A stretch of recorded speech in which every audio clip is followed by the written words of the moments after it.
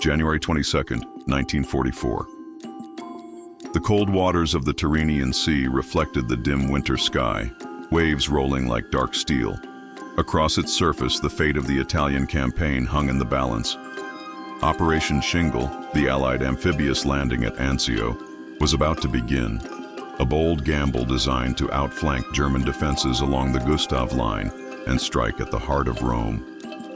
The night was black, pierced only by the glimmer of searchlights and the quiet rumble of engines.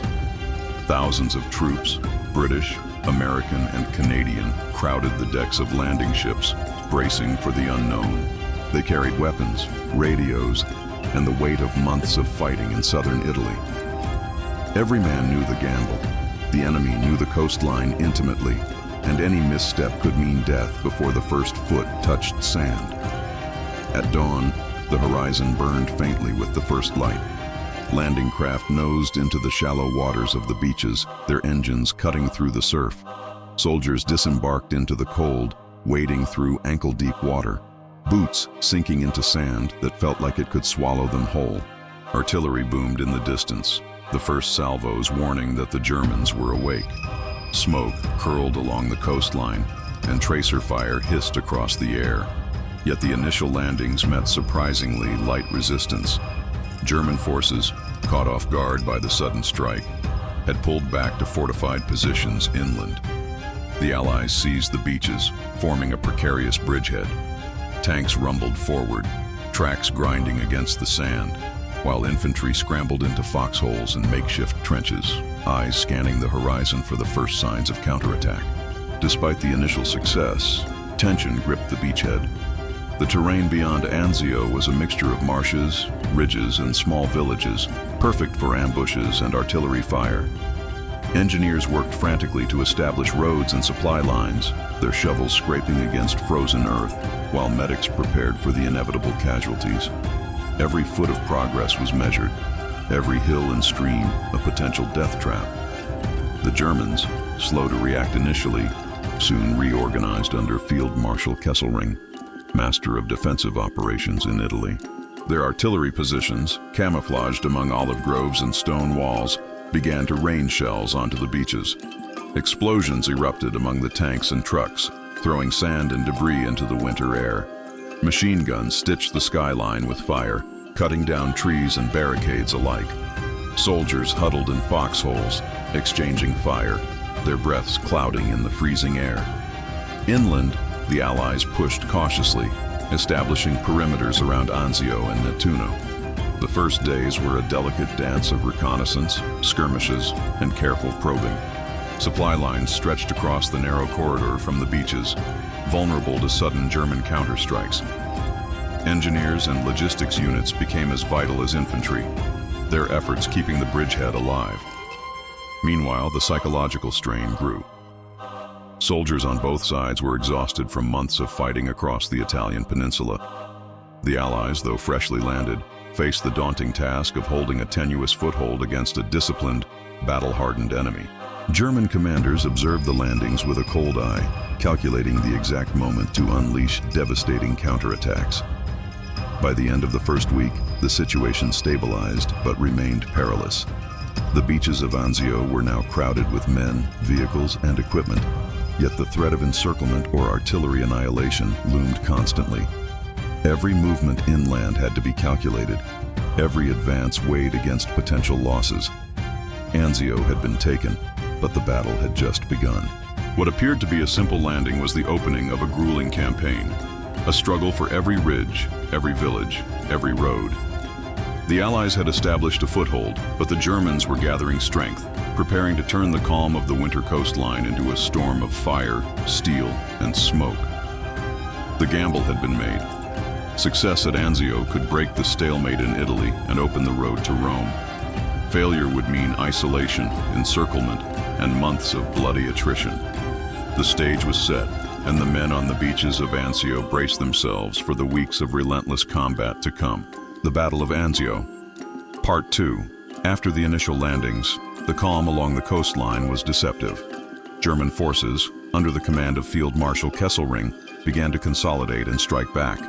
Artillery positions hidden in olive groves, stone walls, and abandoned villas unleashed relentless barrages on the Allied bridgehead. Shells tore through supply depots, trucks, and field hospitals. Smoke and dust mingled with the salt air, blurring the line between earth and sky. Every day became a fight for survival, every trench a miniature battlefield. The Allies dug in, establishing networks of foxholes, barbed wire, and sandbag positions. Engineers labored day and night, repairing roads through mud and shell-cratered fields, ensuring that tanks, artillery, and ammunition could reach the front. Mortars and machine guns covered every approach, creating a deadly lattice of fire. Soldiers faced frostbite, hunger, and exhaustion as much as enemy bullets. In the shadow of Rome, the winter seemed endless, and the days stretched with a terrifying monotony. German counterattacks began in earnest. Panzer divisions struck at the flanks of the beachhead, supported by infantry and dive-bombing Stukas. The Allies repelled some attacks, but not without cost. Tanks burned, infantry fell, and the wounded were piled in makeshift triage areas. The front lines shifted by mere meters, the battle reduced to a grinding war of attrition. Each hill, each village, each road became a microcosm of chaos, where strategy met sheer human endurance. In February, the Germans launched a series of coordinated assaults aiming to crush the beachhead before the Allies could expand. Artillery fire raked the beaches, cutting off supply lines, while infantry pushed forward under the cover of smoke and armor. The Allies responded with counter-battery fire, air support, and improvised defensive positions.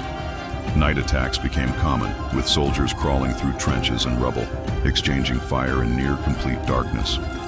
Explosions lit the sky in harsh flashes, revealing fleeting glimpses of frozen bodies, overturned trucks, and shattered buildings. Despite the ferocity of the German counterattacks, the Allies held. Reinforcements arrived slowly but steadily, and supply chains, though precarious, continued to function. Naval gunfire from offshore destroyers added a protective layer, hammering German positions and preventing total collapse. Engineers and medics moved tirelessly, saving men from dying in the mud, dragging the wounded to safety, and keeping the front lines intact. By March, the battle had settled into a war of attrition.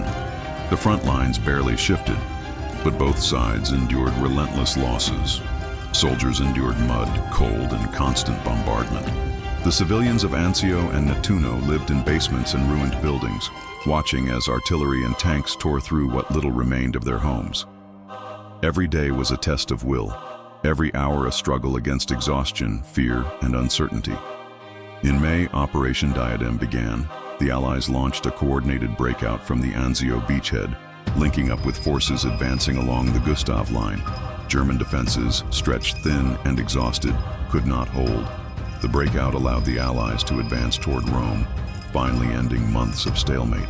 The beachhead that had seemed precarious in January became the launching point for the liberation of the Italian capital. The cost, however, had been enormous. Thousands of soldiers had died or been wounded. Artillery and airstrikes had turned the surrounding countryside into a wasteland of mud, smoke, and rubble. The beaches were littered with destroyed vehicles, burned-out bunkers, and remnants of a campaign fought inch by inch. Yet the Allied hold on Anzio had achieved its purpose. It forced the Germans to divert forces from the Gustav Line, weakened their overall defensive posture, and opened the road to Rome. The Battle of Anzio became a testament to endurance, strategy, and the grueling reality of the Italian campaign. It was not the swift breakthrough the planners had hoped for, but a grinding, painstaking struggle that demonstrated the cost of war in human lives and material. For the soldiers who survived, it was a lesson in patience, courage, and the brutal rhythm of combat. Anzio, once a quiet stretch of coastline, had become the fulcrum of a critical chapter in the Italian War. Its beaches, towns, and hills bore the scars of fire and steel, a testament to both human ingenuity and suffering. The operation succeeded, but only through perseverance, sacrifice, and the unyielding determination of those who landed on its shores and refused to be pushed back.